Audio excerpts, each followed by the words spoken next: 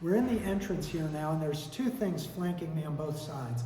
To this side is the pharmacy, which Gordon, our pharmacist, is a very top quality pharmacist.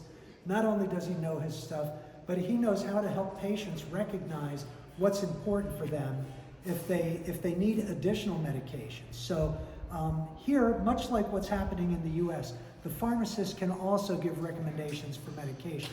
And on this side of me here is the accounting office. And of course, billing goes along with the accounting. So we have people who have been centered not just within the church, but we know that they're ethical, we know that they're moral, and we have employees here of high quality character. So let's go and we'll see the path that someone who comes in an emergency would take.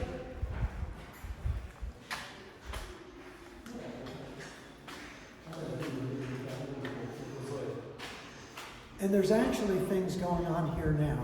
The hospital is functioning. This is a 24-hour open facility. So patients know that they can come here at any hour when they need care. Fully staffed by more than 20 staff. There's shift workers for the nurses. The physician who's on call is easily accessible nearby. And so, as a person comes in through the emergency area, they have the ramp. If they can walk up the stairs, they can walk up the stairs. But most of the time, they'll come up here through the ramp, and then to this side, which we'll talk about shortly. To this side is the operating room, and then this side is the acute care setting. So we're not going to go in here right now, but there's a few beds in here. There's all the needs for resuscitation. What type of things do they see here? They have seen some cardiac issues. They've seen children with asthma attacks that have needed stabilization. They've seen people with severe malaria that have needed emergency treatments, hypertension out of control. So you can see these are issues, if not tended to urgently, could eventually result in people dying. And so having quality care right here has made a huge difference for the community. In the United States, we often take this for granted because all we do is dial 911 and we know someone will be there shortly, or we have someone hop us in a car and we head to the nearest hospital. Not so the case here in Kenya. People die with ordinary medical conditions because they don't have access to care. And we've given that access to care for a large area. The surrounding areas are close to 10 million people. Is that this hospital only? Absolutely not. But this hospital in this region is a beacon for people. So a mother who before would watch her child get malaria or get measles even, some of the simple things, now they can come and they can have the rest in their heart to know that their child will be taken care of from a medical standpoint with quality medical care. I'm going to talk about the operating room here now, because this will bring us up to the next level of care. Right now, we're seeking the funding to be able to complete the operating room. And what that will do is that will finalize our next step, which is the National Health Insurance funding.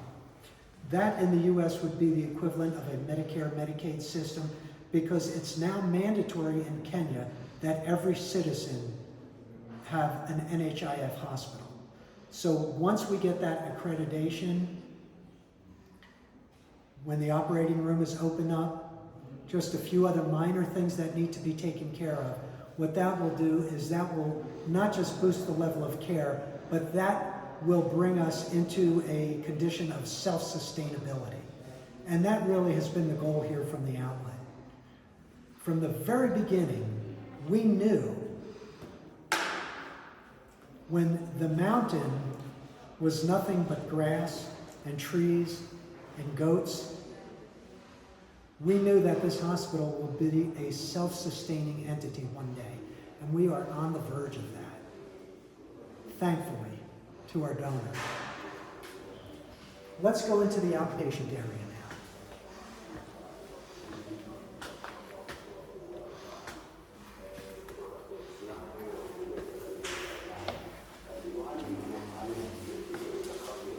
The outpatient area is accessed from outside over here.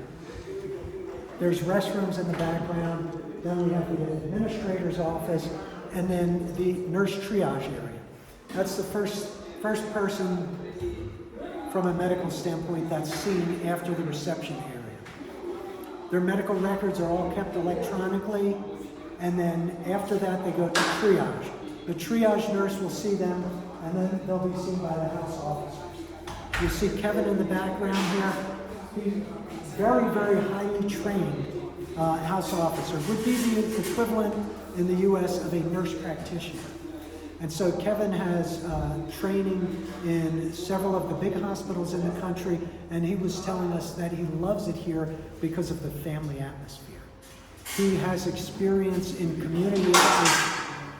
He has experience in community outreach programs, and so he's been helping with that. So each staff member has been incredibly brought into the fold by God, so that now there's a family atmosphere here. We were talking about that this morning, is that it's evident to us coming in from the outside that there's a very close family relationship between the business office, the medical staff, and all of the medical staff within each other. So this is what we've striven for from the very beginning. We've always wanted this to be not just a place where people were getting quality medical care, but where our employees care for people. Not just health care, but care. And we know that the best way for a patient to feel like you care for them is to actually care for them. And that's what we've experienced. That's what the comments that we've received from patients have been. We had the first person to deliver here was a Muslim woman, said that she didn't really realize that the Christians would treat her this way, but she was treated in a very excellent manner. Next we have where the nurse, after they see them, if they determine that the physician needs to see them, then he'll see them in this room. There's a minor procedure room if minor procedures need to be done. And then we also have this room over here. We're being very careful because the cleanliness level is high, so the floor is a little bit wet. And this is where the child welfare is taken care of. In other words, the children who need vaccinations. The vaccines are provided for by the country, and then people come here and they're administered by the nursing staff. They pay just a small fee for their children to have full vaccinations. What kind of vaccinations? Very similar to what we have in the U.S. They have the TB vaccine. They have a schedule where they get the oral polio vaccine ×3. They have the measles, mumps, rubella, the DPT, the diphtheria, pertussis, and tetanus. So they get many of the similar ones that we get. But again, this is an area where people didn't have easy access. And now what you're doing is you're offering to parents the peace to know that their children will get the vaccines and they're not going to be dying of diseases that were otherwise easily treatable. We don't really need to go into the lab, but in the far left is where the lab services are provided, and we have a full service lab. We will be adding to that shortly, but this is where the outpatient area, the emergency area, these are all areas that have really come together and are working intimately with highly trained staff highly integrated staff with the business office and with the community. So thank you, Hearts of Fire. Thank you, donors.